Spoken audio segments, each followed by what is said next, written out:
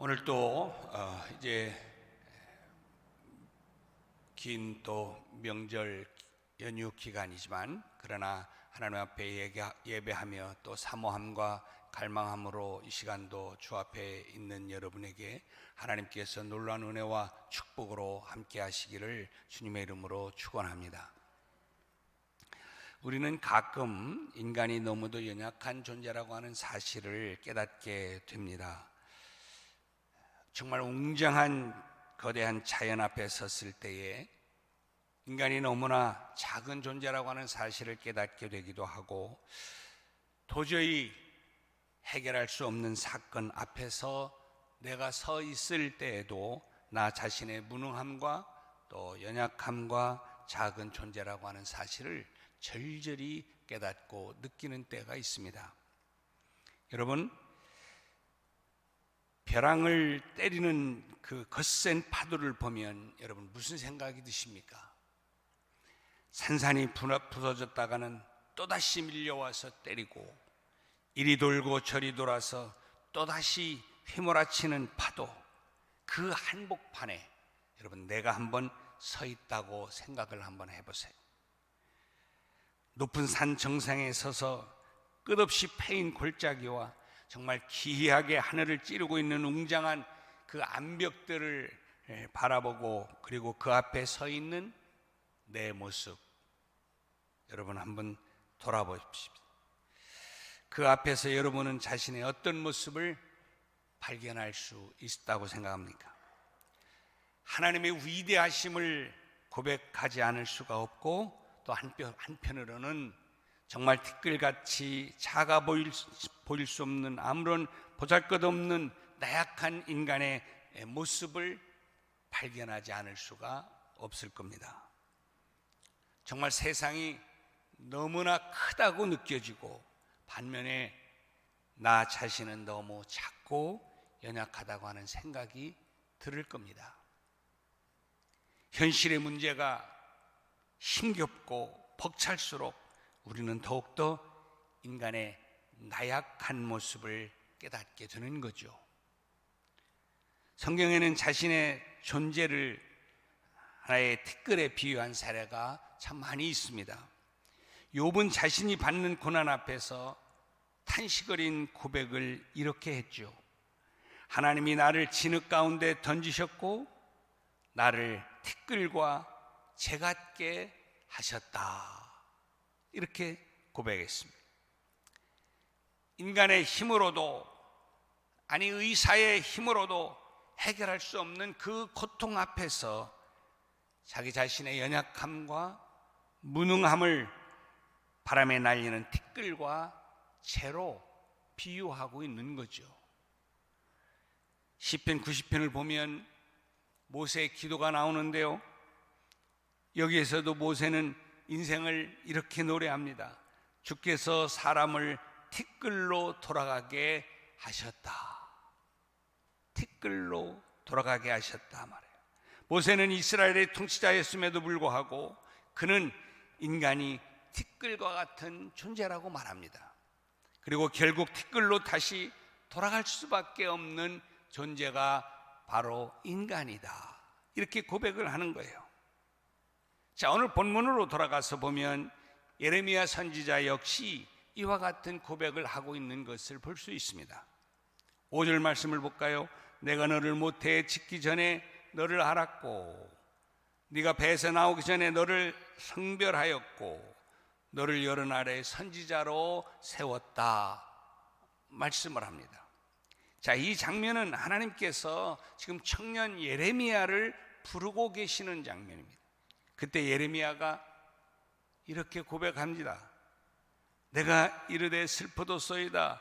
주 여호와여 보소서, 나는 아이라. 말을 할 줄을 알지 못합니다. 이렇게 지금 예레미야가 고백하는 것이죠. 한마디로 무슨 얘기입니까? 나 자신을 가리켜서 나는 아이예요, 나는 어린 아이입니다, 이런 고백을 하고 있습니다.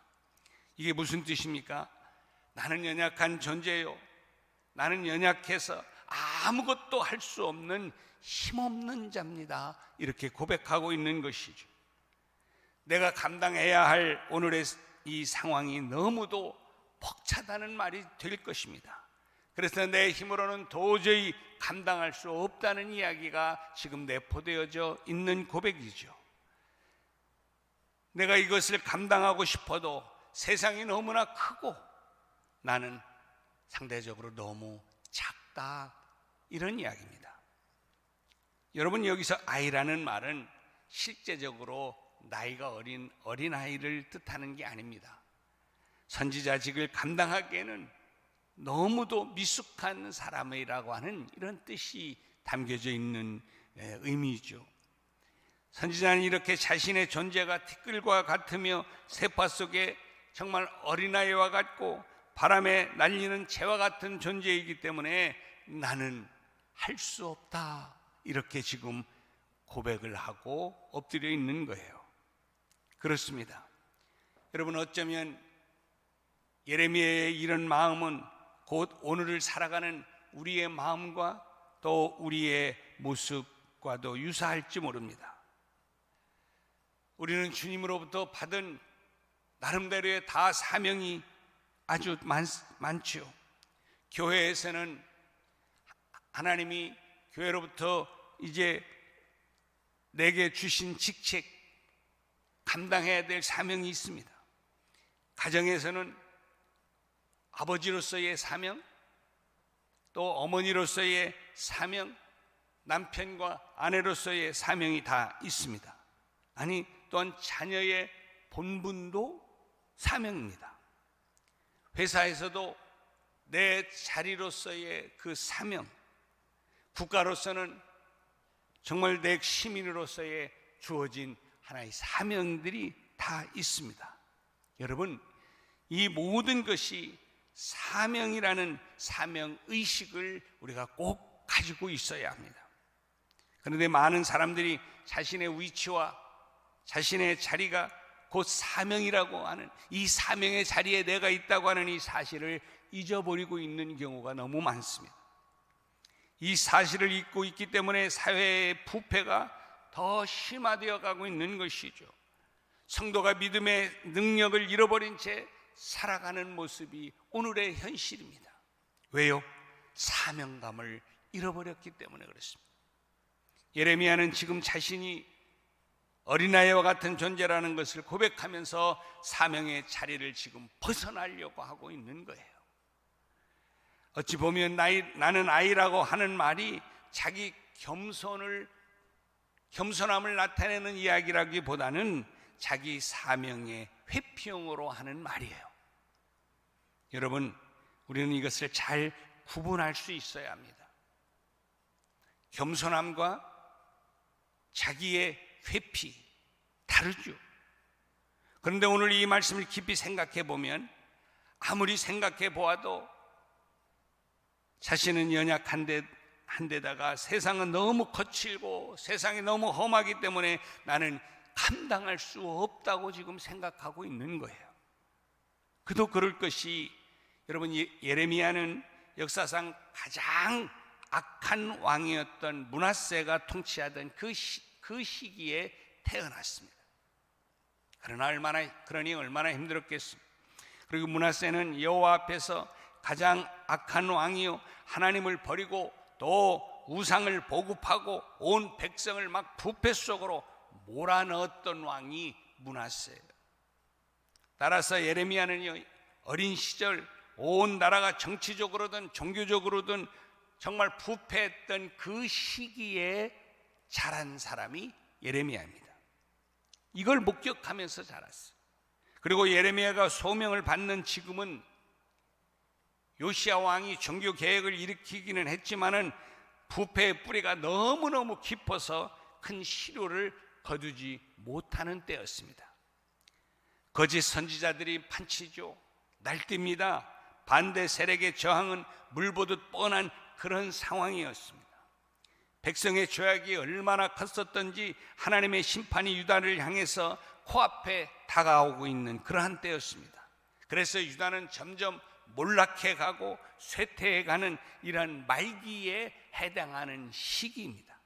극도로 타락해버린 이런 세상과 그런 세상 앞에 서게 된 예레미야, 여러분 한번 생각해 보세요. 그런 상황 가운데 부르심을 받은 이 예레미야가 얼마나 여러분 고통스러웠고 두렵고 떨렸겠어요. 그래서 부르시는 하나님 앞에 그가 하는 말이 나는 어린아이와 같습니다. 나는 어린아이와 같은 존재입니다. 나는 감당할 수 없습니다. 이런 지금 두려움의 고백을 하고 있는 것입니다. 사실 저 역시 어린아이와 같은 존재라는 생각이 들 때가 저도 많이 있습니다. 티끌과 같은 존재요, 정말 살랑이는 바람에도 저만치 날아갈 수밖에 없는 재와 같은 존재라고 하는 사실을 느낄 때가 사실 많이 있어요. 그래서 때로는 그런 상황 앞에서 용기를 잃을 때도 있고 무력감에 고통스러울 때도 종종 있습니다. 아마 여러분도 그럴 거예요. 그런 때가 아마 있었을 거예요. 때로는 세상이 너무 거칠고 험난하다는 생각이 들고 세상이 너무 커 보일 때가 아마 있을지 모릅니다. 그리고 그 세상을 헤쳐나가려고 하다 보니까 어때요? 두렵고 떨릴 때가 있을 겁니다. 그러나 여러분, 오늘 하나님께서 우리에게 주시는 이 말씀을 여러분이 기억하시기를 바랍니다. 그리고 이 말씀을 붙들고 여러분이 하나님의 주시는 능력과 하나님이 주시는 힘을 가지고 용기를 가지고 나갈 필요가 있습니다. 먼저 뭐라고 말해요? 오늘 말씀해 보니까 첫 번째로 너는 어린아이라고 하지 말아라, 이렇게 말씀합니다. 한번 따라해 봅니다. 너는 어린아이가 아니다. 아멘. 여러분 6절 말씀해 보면요, 예레미야가 하는 말이 뭐예요? 슬프도소이다 주 여호와여 보세요, 나는 아이라 말을 할 줄을 못합니다. 이런 고백을 할 때에 하나님이 하시는 말씀에 7절에 뭐라고 했어요? 너는 아이라 말하지 말아라. 하나님이 그러시는 거예요. 나는 아이라서 내가 할 수 있는 게 없어요, 내가 능력이 없어요, 이렇게 이야기를 할 때에 지금 하나님이 말씀하는 거예요. 너는 아이라 말하지 말아라. 용기를 잃어버린 채 하나님 나는 어린아이와 같습니다라고 했는데 하나님께서는 아니야, 너는 아이라고 말하지 말아라 말씀하고 계시는 것입니다. 여러분, 이 말씀이 무슨 뜻입니까? 너는 결코 약하지 않다라는 말입니다. 너는 할 수 있다라는 뜻입니다. 내가 너를 붙들어 주신다 하는 말씀입니다. 그래서 너는 어린아이가 아니라 믿음의 사람이요 또 십자가의 군병이요 능치 못할 힘이 없는 하나님의 아들이요 하나님의 딸이다, 이런 말씀인 거예요. 그렇습니다. 사랑하는 여러분, 여러분은 결코 약하지 않습니다. 여러분은 결코 작지도 않습니다. 왜냐하면요, 이 세상보다 크신 전능하신 하나님께서 여러분의 아버지가 되시기 때문에 그렇습니다. 사랑하는 여러분, 그래요, 이 세상이 너무 큰 것이 사실입니다. 거기에 비해서 나 자신은 너무 작고 초라하고 어린아이와 같은 존재인 것이 사실입니다. 그러나 여러분, 영적인 눈을 뜨시고 바라보시기를 바랍니다. 영적인 눈으로 하나님의 크신 능력이 나를 붙들고 계시다고 하는 이 사실을 볼 수 있는 영안이 열려지는 축복이 있기를 주님의 이름으로 축원합니다. 그 옛날에요, 아람 군대가 엘리사를 죽이기 위해서 군대와 또 말과 병거를 보내어서 그 성을 다 에워쌌을 때에 엘리사의 사환이 공포에 질렸습니다. 부들부들 떨 수밖에 없겠죠. 그러다가 사환이 엘리사에게 이렇게 물어봐요. 아니, 이런 상황에서 우리가 어떻게 해야 합니까? 라고 두려워 떨면서 말을 할 때에 엘리사가 하는 대답이 여러분 무엇인지 아십니까? 이 말이에요. 두려워하지 말아라. 우리와 함께 한 자가 그들과 함께 한 자보다 많으니라. 두려워하지 말아라. 우리와 함께 한 자가 그들과 함께한 자보다 많다라고 지금 이야기하는 거예요. 그러면서 기도합니다. 여호와여, 원하건대 그의 눈을 열어서 보게 하여 주옵소서. 그랬더니 성경에 그렇게 이야기했어요. 열왕기하 6장 17절에 보니까 여호와께서 그 청년의 눈을 여심해, 여호와께서 그 청년의 눈을 여심해 그가 보니 불말과 불병거가 산에 가득하여 엘리사를 둘렀더라.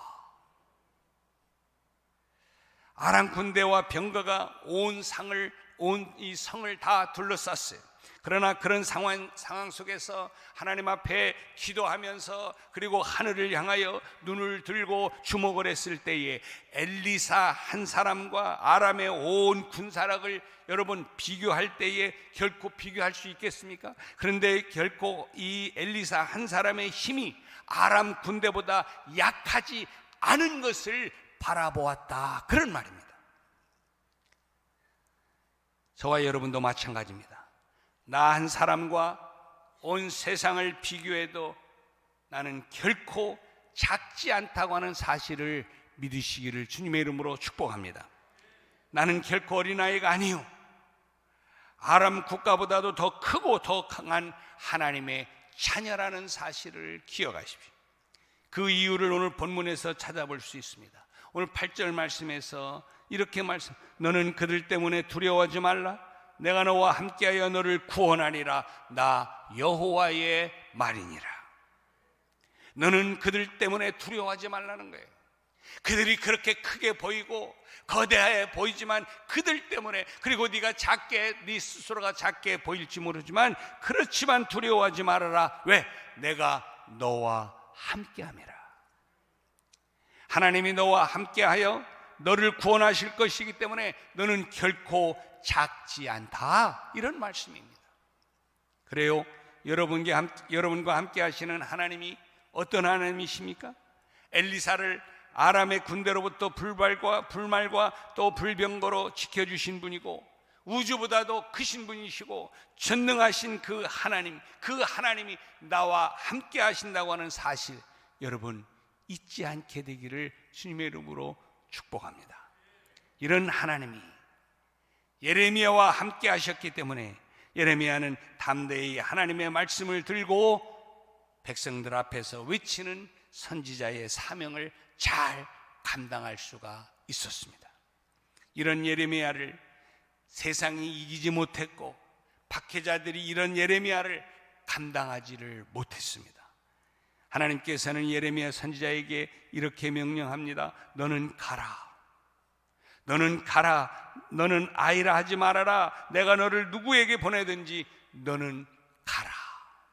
말씀은 누구에게든지 내가 가라고 하면 염려하지 말고 두려워하지 말고 너는 순종하며 가라는 것입니다. 왜요? 내가 너와 함께하며 내가 너를 도우며 내가 너를 붙들며 내가 너와 동행할 것이기 때문에 염려하지 말고 두려워하지 말고 너는 믿음의 발걸음을 내디뎌라 말씀하는 거예요. 그리고 또 말씀하는 거예요. 7절에 보니까 너는 말하라. 내가 내게 무엇을 명령하든지 너는 말할지니라. 저들이 너를 감당할 수 없고 너를 해칠 수 없도록 내가 지켜줄 것이니까 너는 복음을 외치라는 것입니다. 네 앞에 놓인 일들이 아무리 힘들고 거칠고 험난해도 하나님이 함께 하시고 나 여호와 하나님이 너를 도우신다고 하는 것을 믿고 담대히 네가 할 일을 하고 네가 외쳐야 할 말을 외치라는 거예요. 사랑하는 여러분, 예레미야 선지자가 나는 약하다라고 말했으면 여러분 우리는 어때요? 더 약한 사람 아니겠어요? 예레미야가 나는 아이라고 말했으면 여러분 우리는 더 어린 아이가 아니겠습니까? 그러나 하나님께서는 어린아이라고 고백하는 자녀에게 능력과 용기를 공급해 주시는 하나님이신 줄로 믿으십시오. 여러분 사도 바울도 깨달은 위대한 진리가 있습니다. 그가 뭐라고 그래요? 고린도후서 12장 10절에 보면 내가 약할 때 곧 강함이라. 내가 어린아이와 같이 약한 것이 사실입니다. 그러나 이렇게 강하다고 고백할 수 있는 이유는 무엇입니까? 어디 하나님이 나와 함께 하시고 나를 붙들어 주시고 나를 밀어주시고 나와 동행하시기 때문에 나는 약한 바로 그때가 가장 강할 때다, 이렇게 고백하는. 그래서 이 사실을 깨달은 사도 바울은 또 외치는 거예요. 내게 능력 주시는 자 안에서는 내가 모든 것을 할 수가 있다. 담대히 선언하는 것이죠. 사랑하는 여러분, 우리가 어린아이와 같은 모습이 사실입니다. 또 우리 앞에 놓여 있는 그 거대한 것 때문에 더 내가 작은 아이처럼 느낄 수 있는 것이 현실입니다. 그러나 하나님이 말씀하십니다. 내가 너와 함께한 것, 내가 너를 붙들어준다. 그렇더니 여러분, 내가 능력 주시는 이 하나님 안에서 내가 모든 것을 감당할 수 있습니다 라고 여러분 믿음의 발걸음을 내딛고 나아가셔야 한다는 거예요. 그리고 너는 가라, 너는 말하라 말씀할 때에 순종하면 되는 것입니다. 나는 약한 자임을 깨달았기 때문이고 그 약함 속에서 하나님의 능력이 더욱 크게 임한다고 하는 사실을 사도 바울은 알았어요. 그러므로 사랑하는 여러분, 이제 이 사실을 우리는 먼저 깨달아 알아야 합니다. 그리고 고백해야 합니다. 주님, 나는 어린아이와 같은 존재예요. 그렇습니다. 한없이 약한 존재입니다. 그러나 이 약함 속에서 하나님의 놀라운 능력이 함께 하실 것을 믿습니다. 그래서 나는 어린아이가 아니라 세상이 나를 감당할 수 없는 믿음의 사람인 것을 나는 믿습니다. 이러한 고백이 여러분의 심령 속에 가득하게 되기를 주님의 이름으로 축복합니다. 그럴 때에 정말 하나님이 여러분에게 함께 하심으로 세상이 여러분을 감당할 수 없게 될 것이고, 또 세상이 여러분을 통해서 살아계신 하나님을 경험하고 누리고 또 주 앞으로 나오는 놀라운 역사가 여러분을 통해서 일어나게 될 줄로 믿습니다. 사랑하는 여러분, 나는 약하지만 하나님의 능력을 힘입어서 모든 시련을 뛰어넘게 될 줄로 믿습니다. 그리고 살아계신 하나님의 능력을 함성으로 높이고 찬양하고 증거하고 드러내고, 그래서 하나님의 나라를 확장해가는 아름다운 축복의 통로, 아름다운 사명의 사람으로 여러분 쓰임받게 되는 은혜가 있게 되기를 주님의 이름으로 축복합니다. 기도하겠습니다.